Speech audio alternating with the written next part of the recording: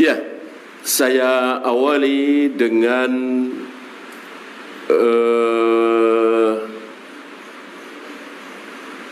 usaha manusia.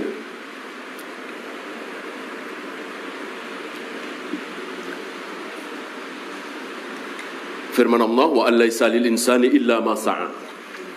Manusia tidak mungkin mendapatkan pahala kecuali apa yang dia lakukan sendiri, apa yang dia usahakan sendiri. Wa allaisa lil insani illa ma sa'a. Ini surat An-Najm, ya.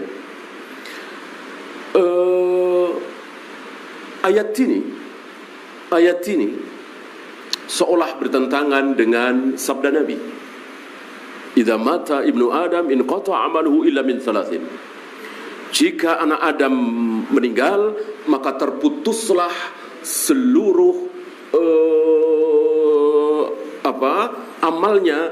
Solatnya putus, baca Al-Qur'annya putus, puasanya putus, kecuali 3. Ya, ini semakna juga dengan hadis badal haji. Ya. Di Sahih Imam Bukhari bahwa ada seorang wanita yang bertanya kepada Nabi, ya Rasul, ayahku bernazar pergi haji, tapi afa ahujju lahu, bolehkah aku menghajikan ayahku? Nabi menjawab, ayahmu sedang berhutang kepada Allah, nazarkan hutang.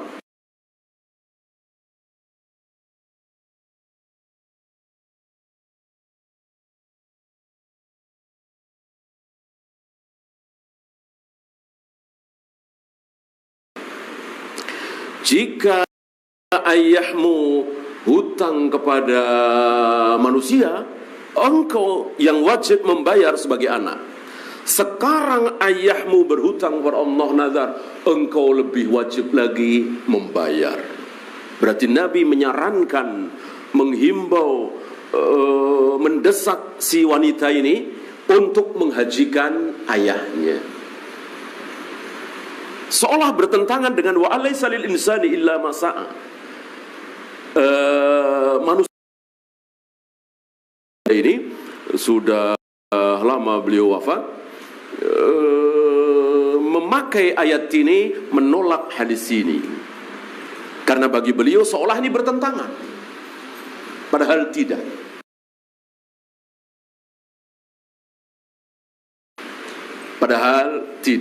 Maka ada orang yang mengatakan hadis tentang badal haji atau idza mata ibnu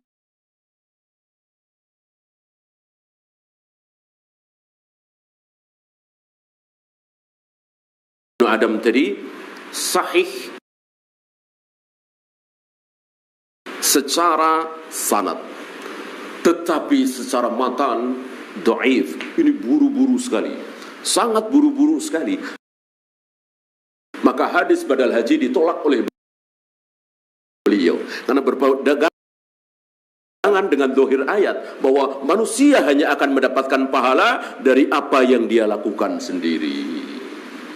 Dia lupa dengan hadis yang saya bacakan tadi, jika anak Adam meninggal maka terputus semua amalnya, putus. Yang biasanya baca Al-Quran putus, sudah tidak dapat pahala baca Al-Quran lagi, dia sudah mati. Biasanya dia salat putus, tidak dapat pahala salat lagi, dia sudah mati. Kecuali tiga. Sedekah jariyah, kita bangun masjid, kita mati, masjid masih dipakai untuk ruku, sujud, iktikaf dan seterusnya, mengalir pahala ke kita. Ya. Kemudian ilmu yang bermanfaat, ilmin yuntafa'u bihi, kita ajarkan ilmu yang paling sederhana, Al-Fatihah misalnya. Anak-anak TK atau pra-TK, playgroup, rata-rata belum hafal Al-Fatihah, kita tuntun dia supaya hafal Al-Fatihah dengan segala kenakalan si anak. Kita harus sabar. Akhirnya 3 minggu, 1 bulan, 2 bulan, hafal Al-Fatihah. Maka ketika dia membaca Al-Fatihah dalam sholat misalnya, kita mati, pahalanya mengalir. Kayak apa besarnya pahala guru-guru TK. Kalau dia ikhlas karena Allah, karena rata-rata anak-anak TK itu hafal Al-Fatihah dari gurunya itu. Maka ketika gurunya ini meninggal, anak ini dewasa, insya Allah salat setiap hari baca Al-Fatihah minimal 17 kali dalam sehari semalam, dia dapat aliran pahala luar biasa. Yang terakhir, waladin solihin yada'ulahu, anak yang soleh. Anak yang soleh. Apakah anak yang soleh itu hasil usaha orang tuanya? Jawabnya, iya. Sabda Nabi alaihi salatu wassalam, inna auladakum min kasbikum, sungguh anak-anak kalian itu adalah hasil usaha kalian. Bal min atyabi kasbikum, bahkan hasil usaha kalian yang terbaik. Ketika kita berusaha lalu menghasilkan mobil, bagus. Menghasilkan rumah, bagus. Menghasilkan sawah, ladang, perusahaan, bagus. Menghasilkan anak, itu yang paling bagus, paling baik. Karena mobil, sawah, ladang, perusahaan hanya bisa kita nikmati ketika kita masih hidup. Adapun anak yang saleh, dunia dan akhirat. Bahkan akhirat lebih terasa. Bayangkan kita sudah tidak bisa berbuat apa-apa lagi, tidak bisa ibadah lagi, mengalir pahala solat ke tempat kita. Karena anak kita pada solat, anak kita pada puasa, anak kita haji, jihad, dan seterusnya. Dengan demikian, wa alaysa lil insani illa ma sa'a, tidak bertentangan dengan hadis badal haji. Karena anak-anak itu hasil usaha orang tua. Kalau yang membadalkan haji itu tetangganya, baru.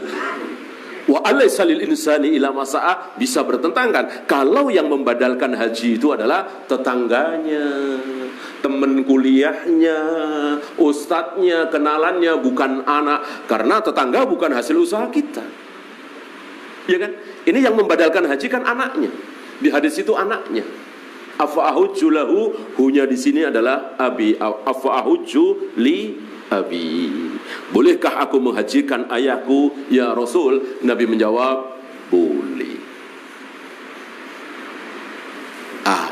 Taulah kita tidak ada pertentangan dalam hal ini.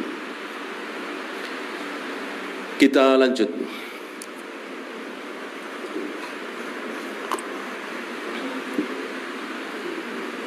Man lam yaksu, sabda Nabi alaihi salatu wassalam, barang siapa yang belum pernah berperang, walam yataqanna nafsuhu bil ghazwi, dan untuk berperang, famata fi syu'batin minan nifaq, maka dia mati dalam cabang kemunafikan.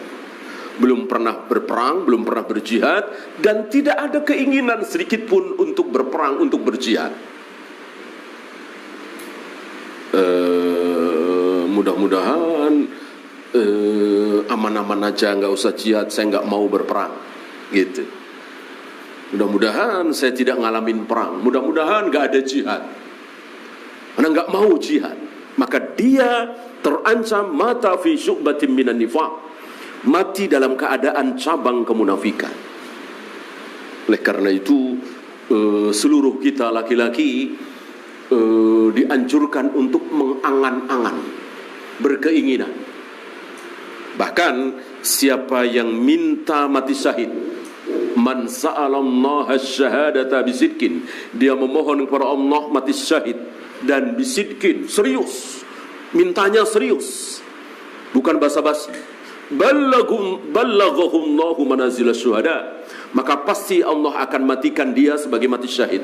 Wa immata ala firashihi, walaupun akhirnya dia mati di atas kasurnya, tempat tidurnya. Kenapa? Karena dia memohon kepada Allah supaya dimatikan dalam keadaan syahid. Sampai di sini tidak ada masalah. Tapi kita mendapati masalah dengan sabda Nabi, la tatamannau liqa' al-adu. Ini menjelang perang Tabuk. Nabi bersabda di hadapan para sahabat, la tatamannau liqa' al-adu, Jangan kalian berharap-harap ketemu, jangan kalian berharap ketemu musuh. Ini kan seolah bertentangan. Satu mengatakan harus berkeinginan berperang, berjihad supaya mati syahid.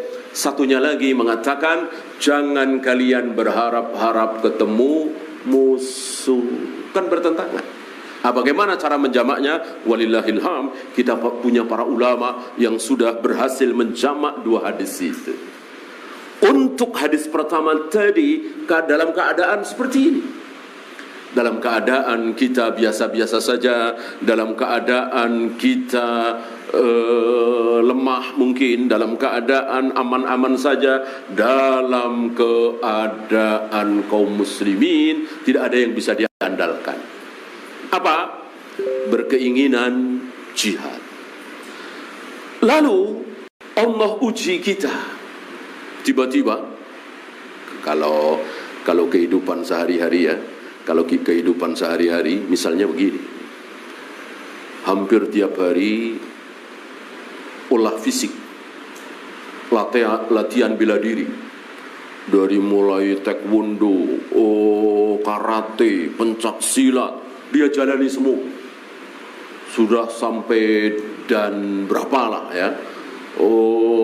Paling tinggi dan berapa? Dan 10 ada. Ya. Pokoknya udah paling tinggi ya. Tapi belum pernah berantem. Belum pernah berantem. Ya. Lalu dia ini mubadir amat ya, saya latihan mulu ya. Mana musuh? Itu dia. Itu dilarang oleh Allah lewat lisan Nabi sallallahu alaihi wasallam. Ya. Asal jalan di pasar, jalan di mall, mana nih ada preman ya.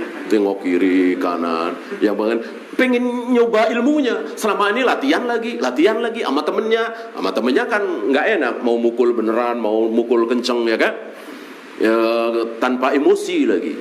Dia tengok kiri kanan, mana ada preman, mana ada penjahat, mau jajal ilmunya. Ini yang haram, ini yang dilarang. Karena hari itu ketika para sahabat diuji oleh Allah dengan jumlah yang banyak, yaitu dalam perang Hunain, Allah kasih pelajaran kepada para sahabat, kalah. Sementara jumlah mereka dalam perang Badar sedikit sekali, sepertiga nggak nyampe, menang. Dalam perang Uhud putaran pertama, putaran ketiga menang, putaran kedua terpojok. Dalam perang Tabuk dan seterusnya menang. Begitu perang Hunain, setelah Futuh Mekah kan berbondong-bondong manusia masuk ke dalam Islam. Maka banyak sekali jumlah kaum muslimin. Di sini para sahabat mengandalkan kekuatan fisik, mengandalkan jumlah yang banyak, maka Allah tegur para sahabat dengan kekalahan yang luar biasa dalam perang Hunain. Awalnya ya.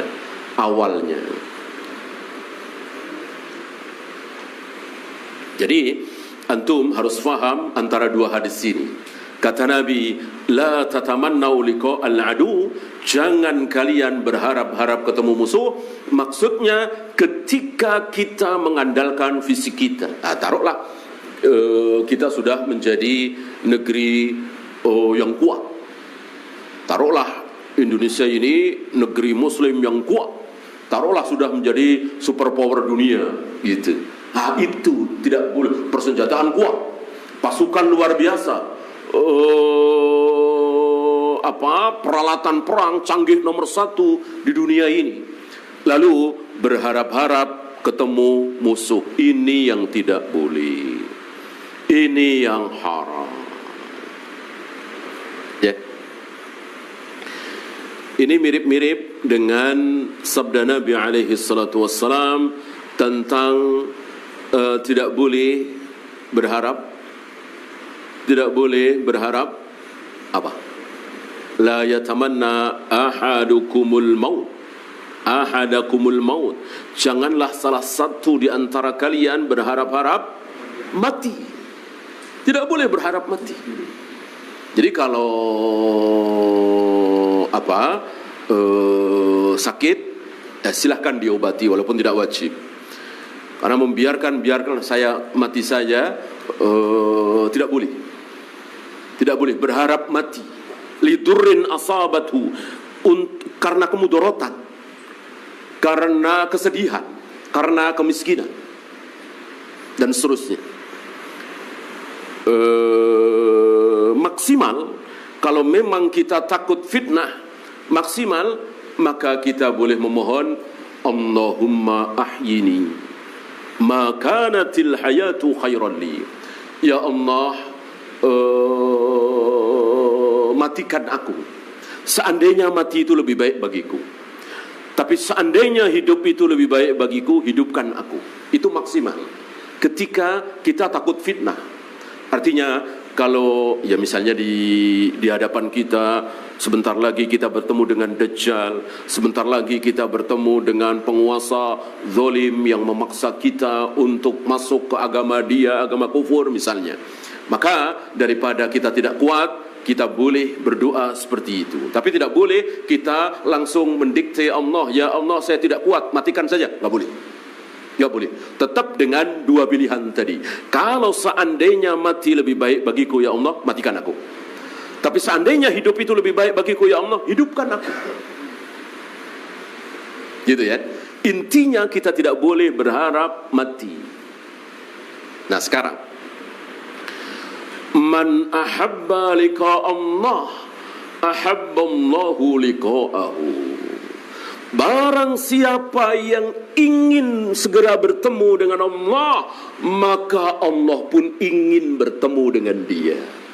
Barang siapa yang benci tidak mau bertemu dengan Allah, Allah pun benci, enggak mau ketemu dengan dia. Padahal ketemu dengan Allah pasti mati. Mana mungkin hidup bisa bertemu dengan Allah? Salat bukan bertemu dengan Allah, keliru. Kalau ingin bertemu Allah dengan cara salat, keliru. Salat adalah dengan Allah juga, tapi bukan bertemu, tapi berbisik-bisik. Berbisik-bisik. Kita berbisik-bisik dengan Allah karena kita dekat dengan Allah. Ketika kita menghadapkan ke barat misalnya, atau ke timur misalnya, atau ke utara misalnya, ke selatan misalnya, salat kan bisa menghadap kemana saja, yang penting menghadap Ka'bah, kan begitu. Misalnya kita di Masjidil Haram, kan kita bisa salat menghadap ke timur, ke barat, ke utara, ke selatan, ke tenggara, dan seterusnya. Setiap kali kita menghadap ke Ka'bah salat, maka setiap itu pula wajah Allah menghadap ke kita. Seolah kita dengan Allah berhadap-hadapan, berbisik ya, tapi tidak dikatakan bertemu. Oleh karena itu Nabi melarang, jika terpaksa engkau membuang meludah, jangan meludah ke depan, seolah meludahi wajah Allah. Maka meludahlah ke bawah atau ke samping kiri, atau begini kata Nabi sambil beliau mencontohkan dengan kain atau sapu tangan, atau kalau sekarang tisu, dimasukkan ludah kita ke tisu kemudian dikantongi dan seterusnya ya. Jadi bertemu dengan Allah harus mati. Tidak mungkin kita hidup bisa bertemu dengan Allah. Maka ketika Nabi berbicara tentang Dajjal yang mengatakan aku ini Tuhan, maka Nabi mengatakan tidak mungkin kalian bertemu dengan Tuhan, dengan Allah dalam keadaan hidup. Maka bertemu dengan Allah sekali lagi mati. Di sini disebutkan barang siapa yang tidak mau bertemu dengan Allah, berarti tidak mau mati. Maka Allah pun tidak mau bertemu dengan dia, Allah benci. Gimana? Katanya tadi tidak boleh berharap mati. Sekarang kalau nggak mau mati, Allah benci kepada dia. Gimana cara menjama hadis ini? Apakah hadis ini bertentangan? Al-jawab tidak. Karena yang pertama mirip-mirip tadi. Yang pertama dalam keadaan segar bugar, sehat walafiat, nyaman, tenang seperti kita sekarang ini. Sehat, nyaman, tenang. Gitu. Sementara hadis kedua, barang siapa yang tidak mau bertemu dengan Allah, Allah pun tidak sudi ketemu dengan dia. Itu dalam keadaan apa? Dalam keadaan apa? Dalam keadaan detik-detik sakaratul maut. Sebentar lagi kita akan meninggalkan dunia ini untuk selama-lamanya. Detik itu, siapa yang ingin cepat mati bertemu dengan Allah, Allah senang bertemu dengan dia. Dan itu umumnya kaum muslimin, kaum mukminin. wabil khusus para nabi, para rasul. Contoh besarnya Nabi Muhammad SAW, ketika detik-detik menjelang kematian, apa yang keluar dari mulut beliau? Allahumma ar-rafiqul a'la, Allahumma ar-rafiqul a'la. Aku memilih teman tertinggi. Aku memilih teman tertinggi. Ada dua tafsiran di sini antara Allah dengan Jibril Mikail.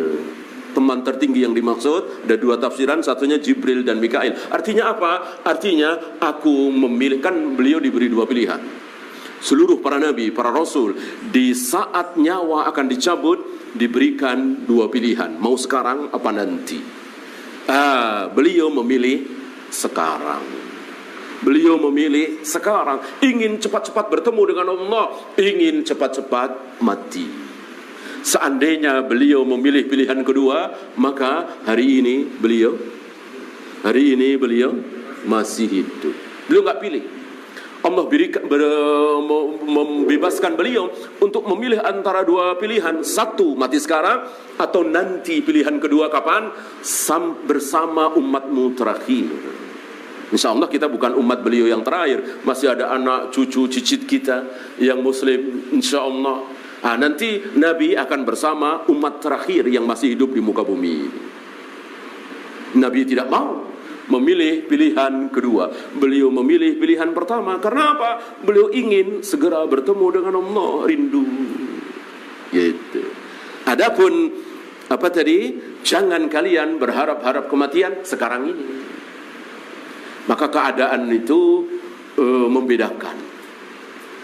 Ketika antum 10 juta buat si A, nih 50 juta buat si B, ini 100 juta buat masjid, pahala besar, kebaikan luar biasa. Nah, ada kalanya antum mengatakan, nih buat masjid 50 juta, ini buat si A 20 juta, ini buat si B 30 juta, dan itu tidak baik, itu tidak benar. Kenapa? Karena sudah divonis mati, sudah tidak ada harapan, kata dokter, ya. Itu hartanya sudah sebentar lagi milik ahli warisnya. Maka tidak boleh seperti itu. Ya. Dalam keadaan segar bugar seperti ini boleh, bagus. Tapi ketika sudah tidak ada harapan hidup, kanker misalnya, stadium 4 misalnya, atau apalah ya, sudah tidak baik seperti itu. Maksimal sepertiga, itu yang terbanyak. Ya. Kita lanjutkan. Sabda Nabi alaihi salatu wassalam, la adwa wala tiarata wala hammata wala safara. Tidak ada penularan penyakit, tidak ada kesialan. Ya. Dari sabda Nabi ini seolah jika si A sakit, kita dekat-dekat dia, nggak mungkin kita tertular. Karena Nabi mengatakan la adwa, tidak ada penularan penyakit. Tentu ini bertentangan dengan sabda Nabi yang lain. Wa firru minal majzum kama tafirru minal asad. Larilah kalian dari orang yang kena penyakit, jangan sampai tertular. Ini kan bertentangan. Sementara di hadis tadi Nabi mengatakan la adwa wala tiarata. Tidak ada penularan penyakit, tidak ada kesialan. Oleh Nabi tidak ada penularan penyakit. Itu penularan penyakit versi Abu Jahal, Abu Jahiliyah. Orang-orang jahiliyah, penyakit itu seolah-olah punya kehendak, punya akal, punya target. Jadi siapa yang akan aku serang, itu terserah aku, kata penyakit. Ini menurut versi Abu Jahal, Abu Lahab, orang-orang kafir jahiliyah. Adapun Nabi mengajarkan kepada kita semua bahwa penyakit itu, bakteri itu, virus itu, kudis itu tidak punya kehendak. Yang punya kehendak siapa? Allah Rabbul Alamin. Allah Rabbul Alamin. Kalau Allah menghendaki kita tidak kena, nggak akan kena. Walaupun kita satu selimut, satu anduk dan seterusnya, dan itu terbukti di mana-mana. Suami kena, istri tidak. Istri kena, suami tidak. Ini kebenaran sabda Nabi SAW bahwa jangan terlalu berkutat di usaha melupakan Allah. Ya. Apalagi dengan cara bermaksiat. Masjid ditutup, tidak sholat Jumat, tidak sholat berjamaah. Ini maksiat besar. Sementara kita yakin bahwa penularan ini Allah yang ngatur. Siapa yang kena, siapa yang tidak, Allah yang ngatur. Sebelum ada pandemi itu, tahun 2018 misalnya, Allah sudah tahu. Yang akan kena adalah si A, si B, si C. Sementara si E, si F, si G tidak. Allah sudah punya rencana, bahkan sudah ditulis. Bagaimana kita takut? Ya usaha, silahkan pakai masker, mencuci tangan, ini bagian dari ikhtiar. Tapi yang tidak boleh berbuat maksiat. Yang tidak boleh berbuat maksiat, menutup masjid tentu maksiat. Ya, ketemu dengan ayah, ketemu dengan ibu, tidak salaman, ini kan luar biasa keburukan. Kecuali sudah jelas-jelas, ini kan belum tentu. Ini kan belum tentu. Bagaimana sesuatu yang belum tentu dijadikan hukum? Kalau hujan, kita nekat ke masjid, kita basah hujanan apa tidak? Jelas. Maka ketika hujan, tidak usah ke masjid. Hayya 'alas shalah diganti sallu fi buyutikum. Karena ketika kita ke masjid, pasti basah kehujanan. Bahkan walaupun pakai payung, tetap saja ada basah dan seterusnya. Maka walaupun ada payung, tetap saja rusuh itu masih ada. Ya.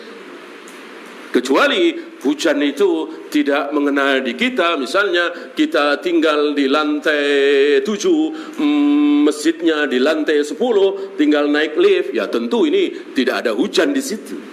Hujan di mana tahu kan gitu. Ya. Nah, selagi hujan itu masih menimpa kita, walaupun ada payung, tetap rusuh itu masih ada. Maka kita boleh sholat di rumah. Bahkan sebagian aimah mengatakan lebih baik sholat di rumah, mengambil rusuh. Adapun ini belum tentu, ya, bisa kena, bisa tidak, dan seterusnya. Dan usaha tentu boleh, tapi pasrah kepada Allah tentu nomor satu. Nomor satu, betul-betul kita gigit dengan gigi geraham ini. Dan seandainya kita terkena sebagaimana sabda Nabi alaihi salatu wassalam, itu bukan merubah, itu tidak mungkin merubah takdir. Emang takdirnya kena.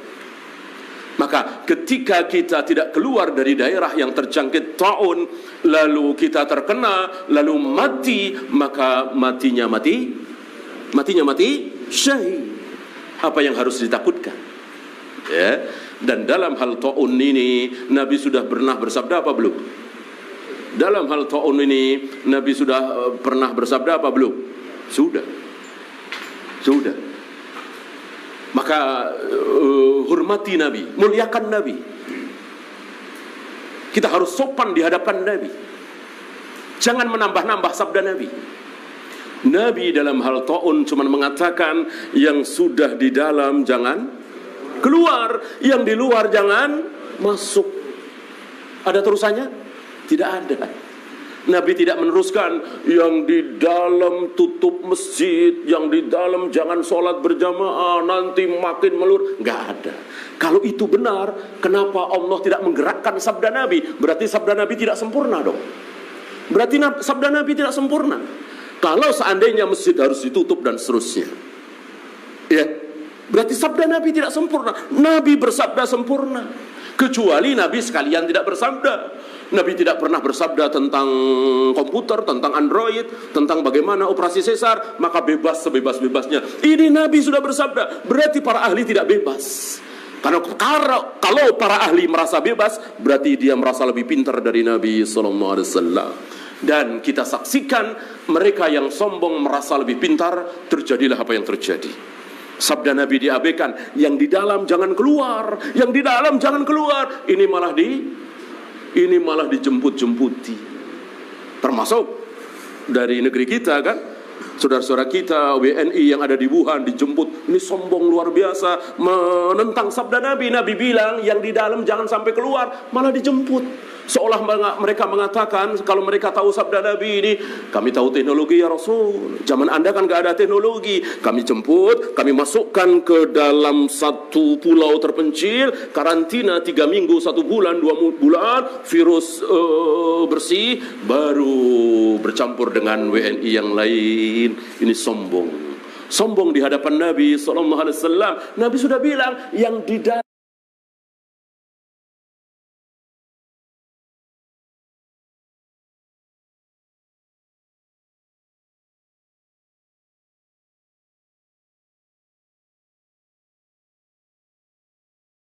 ratusan lagi, tapi sudah ribuan, bahkan ratusan ribu. Karena berawal dari kesombongan terhadap sabda Nabi SAW, yang di dalam jangan keluar, yang di luar jangan masuk. Yang di dalam seandainya terpaksa mati, mati syahid. Karena memang ta'un ini memang azab untuk siapa? Ta'un itu betul azab untuk siapa? Alal kafirin, untuk orang-orang kafir azab. Tapi untuk kaum muslimin azab apa rahmat? Rahmatan lil mu'minin. Rahmat. Kalau masjid ditutup, tidak ada salat Jumat, tidak ada salat berjamaah, rahmat dari mana? Azab juga. Ya. Disinilah pemahaman sunnah. Dan sunnah adalah qala Allah wa qala Rasul ala fahmi sahabah. Sunnah adalah qala Allah wa qala Rasul ala fahmi sahabah. Sunnah adalah qala Allah wa qala Rasul ala fahmi sahabah. Ada di luar itu? Tidak ada. Enggak ada sunnah qala Allah wa qala Rasul ala fahmi Saudi misalnya. Qala Allah wa qala Rasul wa ma fi Masjidil Haram, Masjid Nabawi, tidak. Sunnah sekali lagi hanya qala Allah wa qala Rasul ala fahmi sahabat. Apa kata Allah, apa kata Rasulullah, berdasarkan pemahaman sahabat. Apa kata Allah, apa kata Rasulullah, berdasarkan pemahaman sahabat, bukan yang lain. Itulah dalil. Di luar itu bukan dalil. Bisa benar, bisa salah. Adapun ini pasti benar. Tidak mungkin salah. Kita lanjutkan.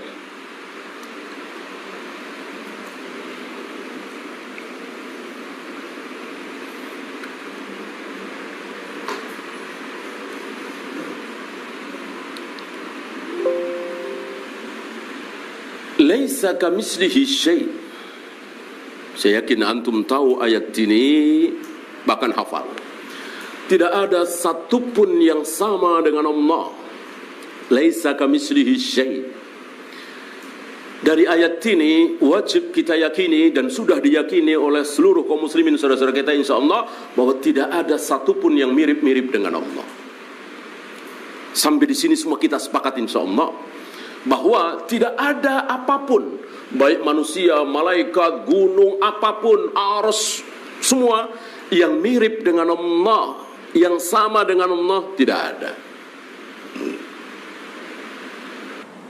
Kemudian mereka menjadi salah faham dengan ayat yang seolah bertentangan. Apa misalnya tadi? Ma mana'aka antasjuda lima khalaqtu biyadayya.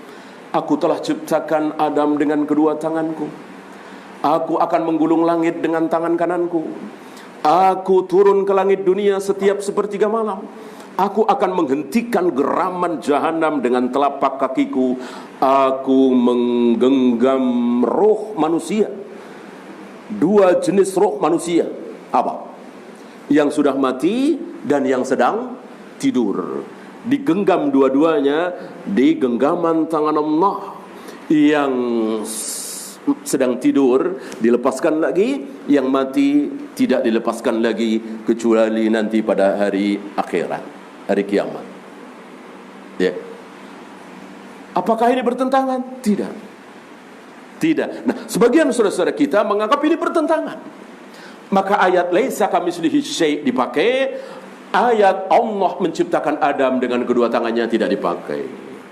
Maka dengan lancangnya mereka mengatakan Allah tidak punya tangan, Allah tidak punya wajah, Allah tidak pernah turun ke langit dunia setiap sepertiga malam. Itu yang turun bukan Allahnya tapi rahmatnya. Ini aneh sekali. Berarti kalau bukan sepertiga malam tidak turun rahmat. Berarti rahmat Allah hanya turun setiap sepertiga malam. Antum tahu seandainya rahmat Allah tidak turun di muka bumi, apa yang terjadi? Apa yang terjadi? Neraka.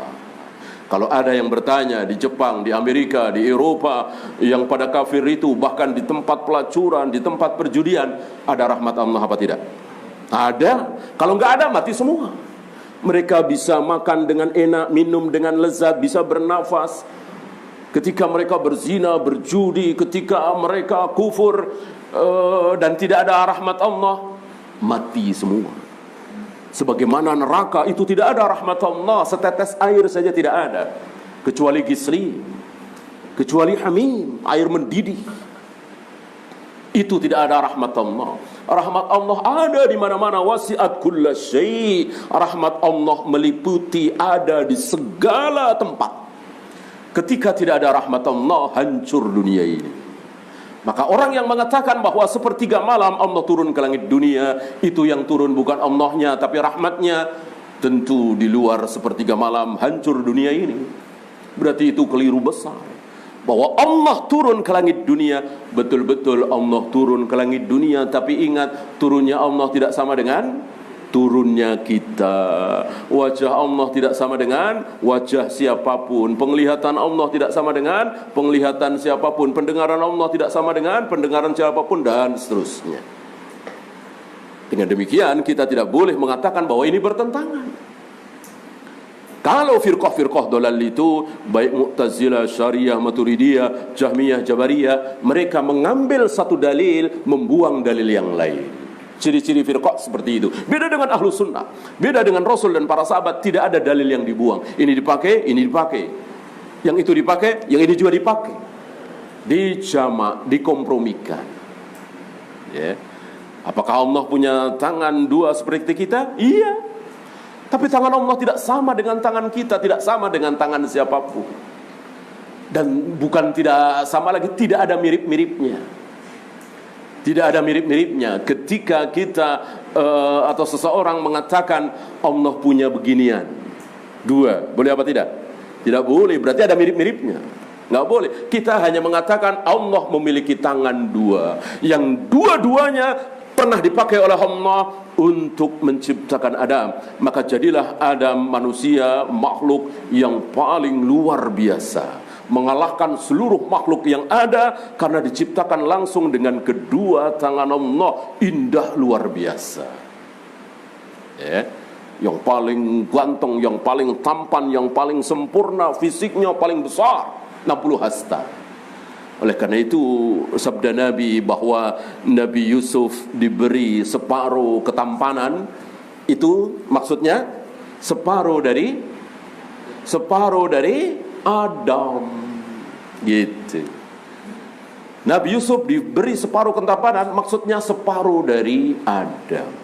Karena yang paling tampan, yang paling ganteng, yang paling sempurna fisiknya adalah Adam, bukan ilmunya, bukan ketakwaannya, bukan keimanannya. Kalau keimanannya, ketakwaannya, ilmunya nomor satu siapa?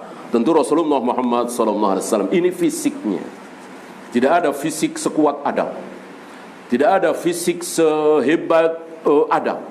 Dari jantungnya, paru-parunya, ginjalnya, kulitnya, dan seterusnya, itu nomor satu. Kenapa? Karena diciptakan langsung oleh kedua tangan Allah, sementara yang lain tidak. Yang lain ada tiga kemungkinan. Karena penciptaan manusia itu diciptakan ada 4 macam. Pertama, tanpa ayah, tanpa ibu. Kedua, tanpa ibu dengan ayah. Ketiga, tanpa ayah dengan ibu. Terakhir, kita semua dengan ayah dengan ibu. Tanpa ayah, tanpa ibu siapa? Adam, tidak ada yang lain. Tanpa ibu dengan ayah, maksudnya dengan perantara laki-laki. Tapi tanpa ibu siapa? Hawa. Karena Hawa tercipta dari tulang rusuk Adam. Ibu jangan salah memahami, istri tercipta dari tulang rusuk suami, betul? Salah. Yang benar, Hawa tercipta dari tulang rusuk Adam, itu yang benar. Kalau istri tercipta dari tulang rusuk suami, salah. Ya. Makanya tulang rusuk suami itu, laki-laki itu hilang satu, itu istrinya itu. Nah, kalau istrinya 2 gimana? Istrinya 4 gimana? Ya, hilang 4. Gitu. Bukan itu, ya. Baik laki dan perempuan tercipta dari air mani, bukan dari tulang rusuk. Yang tercipta dari tulang rusuk sekali lagi hanya Hawa. Ya.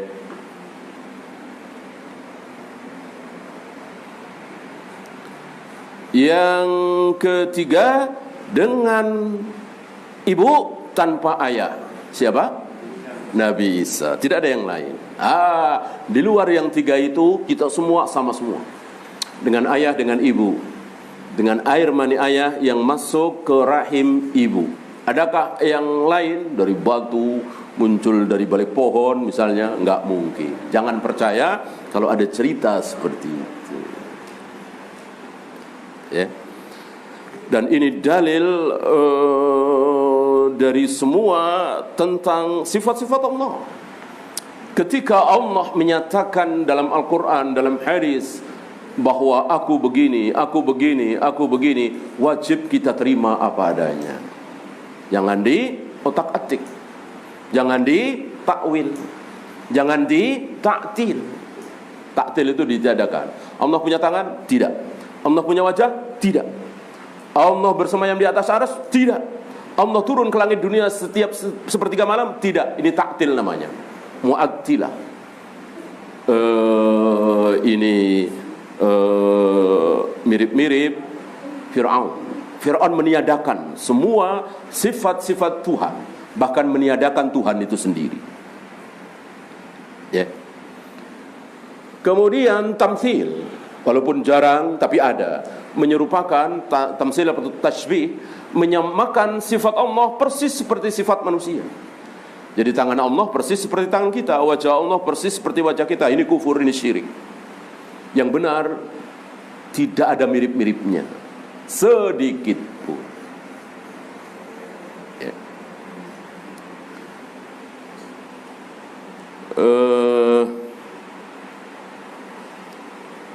Satu lagi.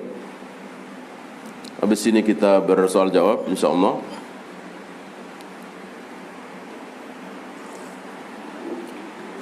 Wa huwa ma'akum aina ma kuntum. Allah selalu bersama kalian dimanapun kalian berada. Dari ayat ini banyak saudara-saudara kita yang menyimpulkan bahwa Allah itu ada di masjid ini karena kita sedang di masjid. Allah ada di pasar karena kita sedang di pasar, karena kan selalu bersama kita, selalu bersama manusia. Maka mereka menyimpulkan Allah ada di mana-mana. Ya, mereka lupa ada ayat Ar-Rahmanu 'alal arsy istawa tadi. Allah berada di satu tempat di atas arsy, bersemayam di atas arsy, bukan duduk di atas arsy, bukan. Duduk menempel di atas arsy seperti saya duduk menempel di kursi, bukan. Allah itu ba'inun an kulli khalqihi. Allah tidak menempel di seluruh makhluknya. Tidak ada makhluk yang menempel dengan Allah. Jarak antara Allah dengan arsy entah berapa juta kilometer. Allah berada di atasnya, tidak menempel. Allah tidak butuh tempat, tapi Allah ada di satu tempat. Kenapa? Terserah Allah. Ya. Lalu bagaimana menjama ini? Wa huwa ma'akum aina ma kuntum. Allah selalu bersama kalian dimanapun kalian berada. Ini bahasa Indonesia apa bahasa Arab? Bahasa Arab. Wa huwa ma'akum aina ma kuntum. Ini bahasa Arab, bukan bahasa Indonesia. Maka harus difahami dengan kaidah bahasa Arab. Orang Arab sering mengatakan ketika dia naik pohon lalu di bawahnya anaknya menangis, ayah mengatakan jangan takut nak, ayah bersamamu. Padahal di atas, anaknya di bawah. Dan orang Arab sering mengatakan kunna namshi wal qamaru ma'ana. Malam itu kami berjalan dan bulan bersama kami. Lihat, bulan bersama kami. Apakah bulan turun ikut jalan-jalan bersama mereka? Tentu tidak. Bulan tetap di atas. Tapi orang mengatakan bulan bersama kami. Maksudnya sinarnya, cahayanya. Kami berjalan ditemani sinar bulan. Itu kalau bahasa kita. Bahasa Arab, kunna namshi wal qamaru ma'ana. Malam itu kami berjalan dan bulan bersama kami. Kalau bahasa kita barangkali tidak lazim seperti itu. Alhamdulillah malam itu kami berjalan dan pas terang bulan. Itu bahasa kita, bukan bulan bersama kami. Orang Arab mengatakan bulan bersama kami. Nah begitulah, Allah selalu bersama kalian dimanapun kalian berada. Maksudnya Allah melihat apapun yang kalian lakukan, Allah mendengar apapun yang kalian ucapkan, Allah tahu apapun yang kalian perbuat. Itu yang dimaksud. Bukan Allah bersama kalian berarti ada di mana-mana, tidak. Allah melihat mereka dari mana? Dari atas arsy-Nya. Allah mendengar ucapan mereka dari mana? Dari atas arsy. Ya, hanya itu yang bisa kita bahas. Mohon maaf tidak bisa sampai duhur saya. Ada pertanyaan? Silakan. Satu lagi terkait dengan Quran yang mengatakan kemanapun kalian menghadap itulah wajah Allah. Sehingga itu kan menjadikan dalil bahwa mereka wajah Allah itu jadi Allah tidak harus dikompromikan, tidak harus selalu di atas. Karena disitulah wajah Allah. Kemanapun kalian menghadap itulah wajah Allah. Yang dimaksudkan dalam konteks Quran itu bagaimana? Maksudnya menghadap ketika apa? Sholat. Ketika sholat ya. Bukan sekarang ini kita menghadap ke timur berarti Allah ada di timur, tidak. Ketika sholat. Dan wajah Allah di situ tidak seperti wajah kita. Kalau wajah kita iya. Ketika wajah kita berada di sini, nggak mungkin ada di Jogja misal. Allah tidak seperti kita. Allah bersemayam di atas arsy, tidak pernah kemana-mana. Tapi ketika kita sholat, kita berhadapan dengan wajah Allah. Sanggupkah Allah seperti itu? Ya sanggup sekali. Kecil sekali bagi Allah. Akal kita nggak mungkin sampai. Oh kalau begitu wajah Allah banyak. Nggak usah Allah. Malaikat maut sajalah. Apakah ada menit yang sama, detik yang sama, mati bareng, yang satu di Eropa, yang satu di Cisauk misalnya? Ada nggak kira-kira? Yang mencabut nyawa satu malaikat apa 2-3 malaikat? Satu, bingung kan kita? Itu baru malaikat, bingung. Gimana caranya? Satu di Prancis, satu di BSD, di detik sama mencabut bareng. Nggak kepikiran oleh kita. Padahal malaikat maut satu. Baru malaikat maut saja kita tidak bisa mencerna dengan akal, apalagi Allah Rabbul Alamin. Maka tidak boleh logika seperti itu. Karena ketika kita sholat berarti wajah Allah di depan kita, berarti wajah Allah banyak, berarti wajah Allah di mana-mana. Itu logika yang buru-buru. Tetap kita katakan seperti itu, dan tetap kita tidak keluar dari dalil bahwa Allah tetap bersemayam di atas arsy kapanpun, dan setiap sepertiga malam Allah turun ke langit dunia. Setiap kita salat wajah Allah berada di depan kita. Dan bisakah Allah? Kecil sekali. Kitanya yang nggak bisa menalar.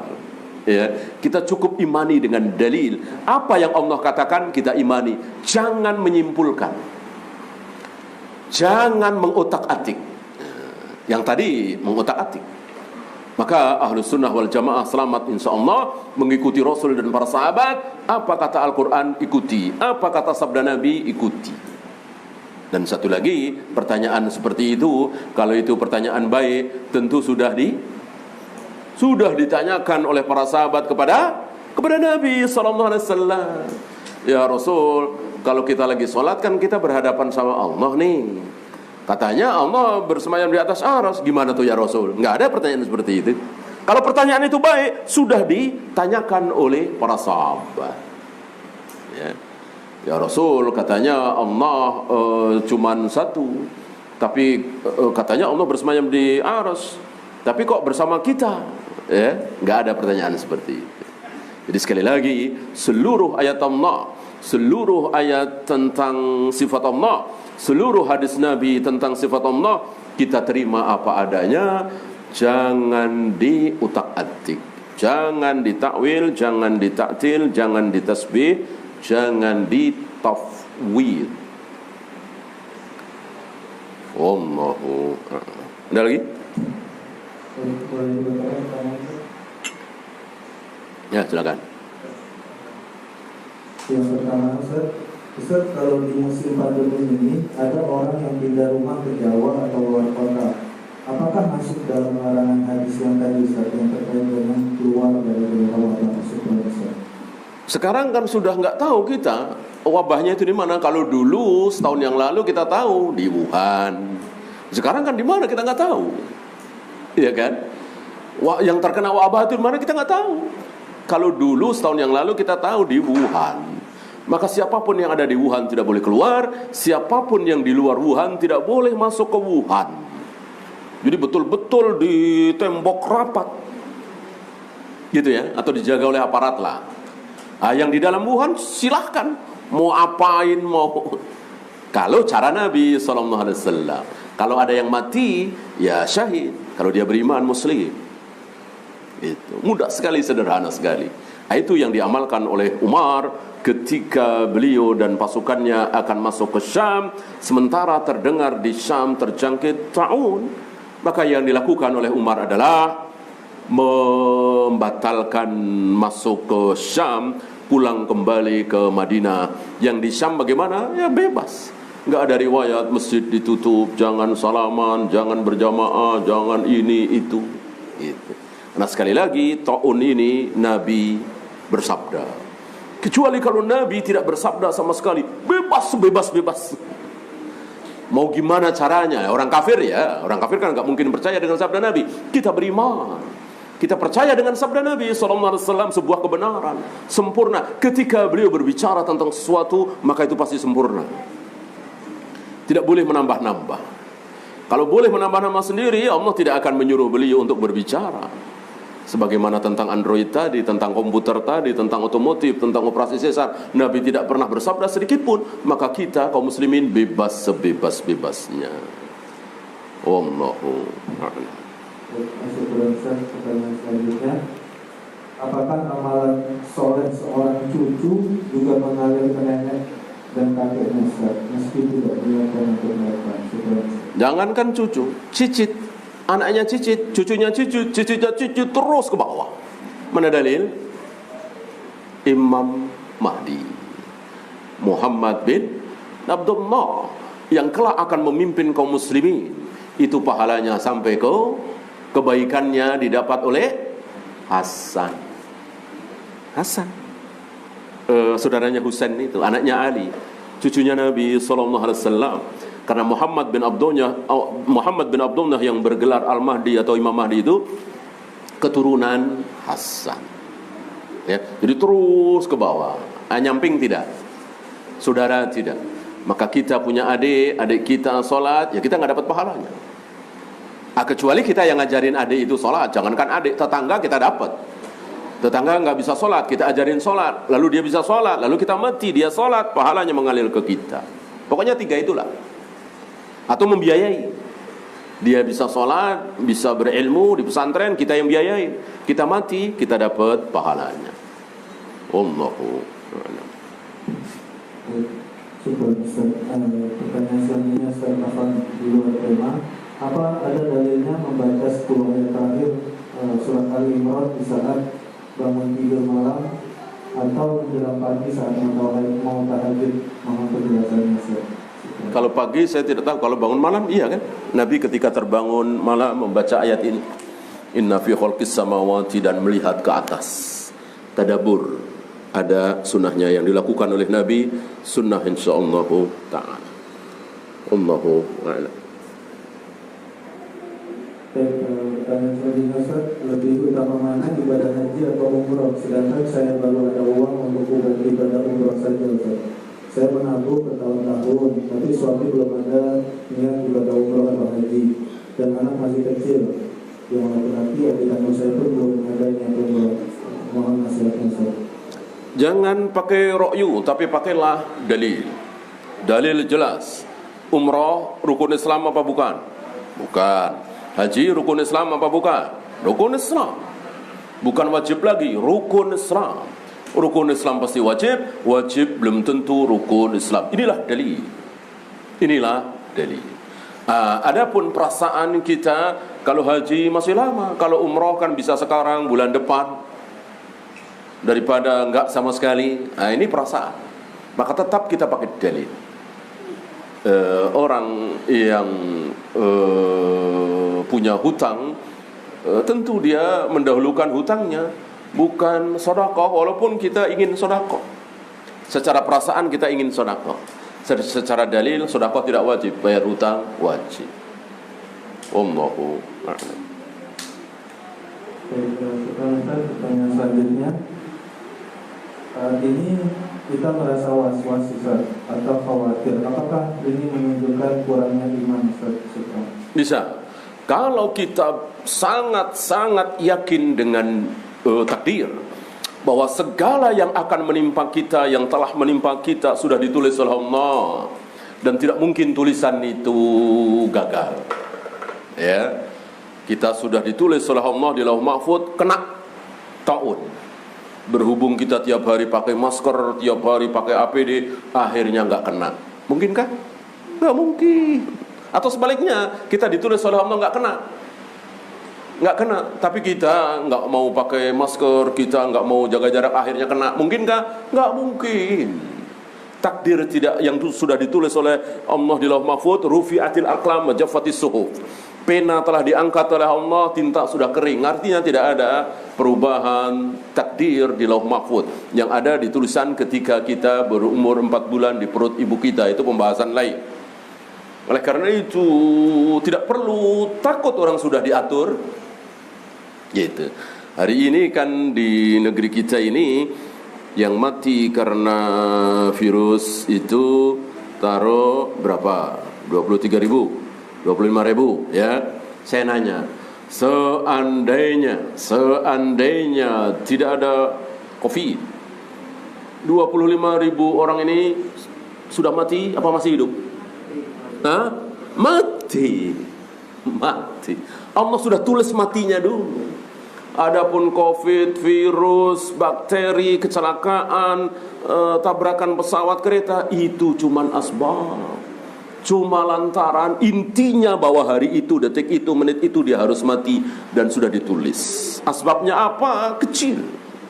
Kalau enggak pesawat ya kereta, kalau enggak ya virus, kalau enggak ya masuk angin, kalau enggak ya kelilipan. Ya, bisa saja kalau Allah mau. Lilipan balok misalnya, ya, bisa mati, ya. Intinya bahwa kita harus yakin bahwa semua tidak ada yang keluar dari takdir. Bagaimana usaha? Ya harus. Ada orang batuk-batuk, mengeluarkan droplet segala macam, ya jangan didekati. Walaupun kita yakin tertular atau usaha silahkan. Ya haruslah. Tapi jangan ada takut berlebihan. Dan jangan berbuat maksiat tentunya. Ya, sekali lagi menutup masjid, tidak sholat berjamaah, ini maksiat besar. Wallahu a'lam. Habis. Masih ada? Ya, silakan. Insyaallah dua lagi Ustaz. Yang pertama yang tadinya Ustaz, Afwan Ustaz izin bertanya, anak punya anak perempuan dan kuliah di luar kota. Boleh tidak Ustaz anak perempuan kuliah jauh syukuran Ustaz? Dia safar apa mukim? Kalau safar tentu tidak boleh. Misalnya bolak-balik dari Purwakarta ke Jakarta, bolak-balik dari Cikampek ke Jakarta, Bandung ke Jakarta, berarti safar kan? Tidak boleh. Seorang wanita tidak boleh safar tanpa mahram. Kalau dia mukim di Bandung, mukim di Jogja, mukim di Surabaya, boleh. Boleh. Kalau mukim. Sebagaimana santri-santri wanita mondok kan mukim di situ, bukan safar. Boleh. Nanti pulang perginya saja yang harus ditemani. Tidak boleh sendirian. Ya. Wallahu a'lam. Pertanyaan terakhir Ustaz.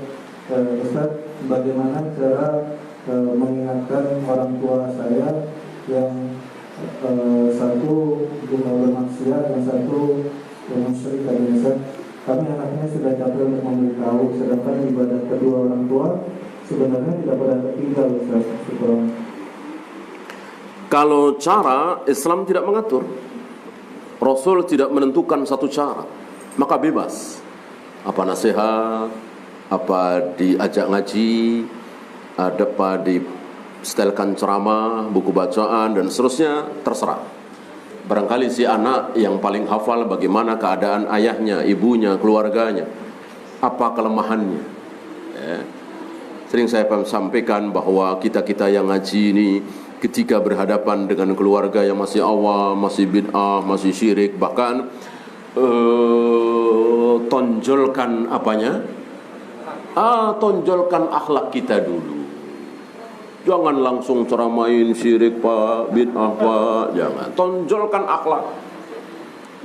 Enggak biasanya kita bawa makanan kesukaan ibu misalnya, kita bawakan. Dulu enggak pernah kita mijitin ayah kita, kita pijitin. Apa kesukaan ayah, apa kesukaan ibu, kita lakukan. Itu dulu tonjolkan. Ya, nanti orang tua melihat perubahan yang baik ini. Ya. Ngaji di mana tong? Baik amat. Nah, kan begitu kan? Kok jadi baik bener ngaji di mana? Oh, ngaji ini ayo, gitu. Coba kalau belum apa-apa bid'ah ini, bid'ah.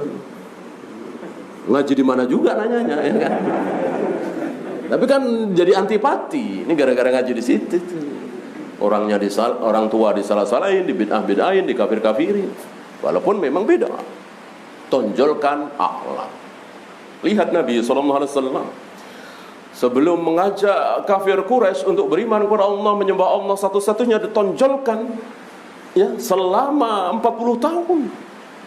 Kan beliau jadi Nabi di umur 40 tahun, selama 40 tahun menonjolkan akhlak beliau yang luar biasa. Maka ketika beliau menguji Abu Jahal, Abu Lahab dan teman-temannya di awal dakwah secara jahar terang-terangan, jika aku kabarkan bahwa sebentar lagi nanti malam akan ada musuh datang menyerang kita, kalian percaya apa tidak? Serempak mereka percaya.